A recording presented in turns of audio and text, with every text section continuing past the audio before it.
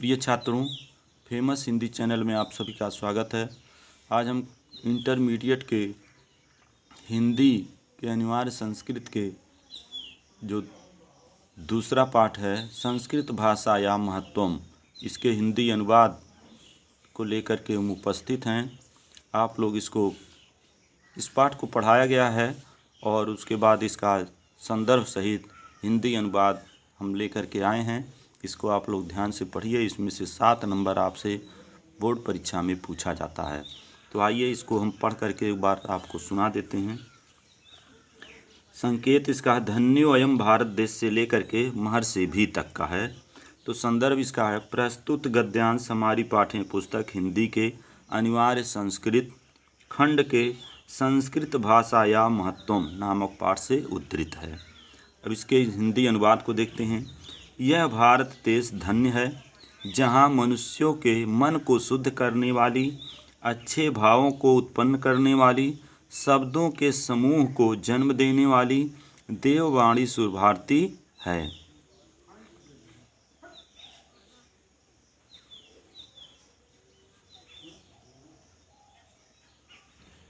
देववाणी सुरभारती या देववाणी शोभित है। फिर से एक बार देख लीजिए। यह भारत देश धन्य है, जहाँ मनुष्यों के मन को शुद्ध करने वाली, अच्छे भावों को उत्पन्न करने वाली, शब्दों के समूहों को जन्म देने वाली देववाणी सुशोभित है। विद्यमान संपूर्ण साहित्यों में इसका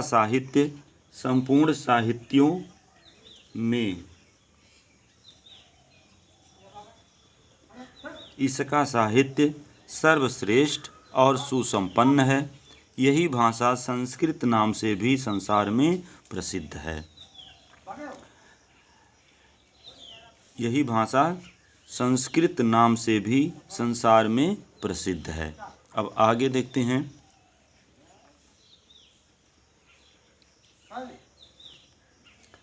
हमारे रामायण, महाभारत आदि ऐतिहासिक ग्रंथ, चारों वेद, सभी उपनिषद, 18 पुराण तथा अन्य महाकाव्य, नाटक आदि इसी भाषा में लिखे गए हैं। भाषा वैज्ञानिक इसी भाषा को समस्त आर्य भाषाओं की जननी मानते हैं। संस्कृत का गौरव उसका विविध प्रकार के ज्ञान का आश्रय होना तथा इसकी व्यापकता किसी की दृष्टि से भी छिपी नहीं है या छिपा नहीं है। संस्कृत के गौरव को दृष्टि में रखकर आचार्य श्रेष्ठ दंडी ने ठीक ही कहा है। संस्कृत को महर्षियों ने ईश्वरीय वाणी कहा है। संस्कृत को महर्षियों ने ईश्वरीय वाणी कहा है। तो यह आपका एक अनुच्छेद का हो गया। अब आइए दूसरे अनुच्छेद पर चलते हैं। दूसरा अनुच्छेद है आपका संस्कृतस्य से सज्जायन्ते। अब इसका संदर्भ आपका वही जो पहले वाले में है वही हो जाएगा। इसका हिंदी अनुवाद देखते हैं। संस्कृत का साहित्य सरस तथा व्याकरण सुनिश्चित है। उसके गद्य एवं पद्य में लालित्य, भाव अभिव्यक्ति की शक्ति और अनुपम श्रुति माधुर्य यानी सुनने में मधुर है। अधिक क्या कहें, चरित्र निर्माण की जैसी अच्छी प्रेरणा संस्कृत साहित्य देता है वैसी अन्य साहित्य नहीं देता है। मूलभूत मानवीय गुणों की जैसी विवेचना संस्कृत साहित्य में है वैसी अन्यत्र नहीं है। दया, दान, पवित्रता, उदारता, ईर्ष्या न करना, क्षमा तथा अन्य अनेक गुण इस साहित्य के अध्ययन से उत्पन्न होते हैं। इसके बाद आइए अंतिम अनुच्छेद की ओर चलते हैं। संकेत है संस्कृत साहित्यस्य गीर्वाण भारती इति। इसका भी संदर्भ आपका पूर्ववत पहले की तरह हो जाएगा। हिंदी अनुवाद देखिए। संस्कृत साहित्य के आदि कवि वाल्मीकि, महर्षि व्यास, कवि कुलगुरु कालिदास तथा अन्य कवि भास, भारवी, भवभूति आदि महाकवि अपने ग्रंथ रत्नों के द्वारा आज भी पाठकों के हृदय में विराजमान हैं।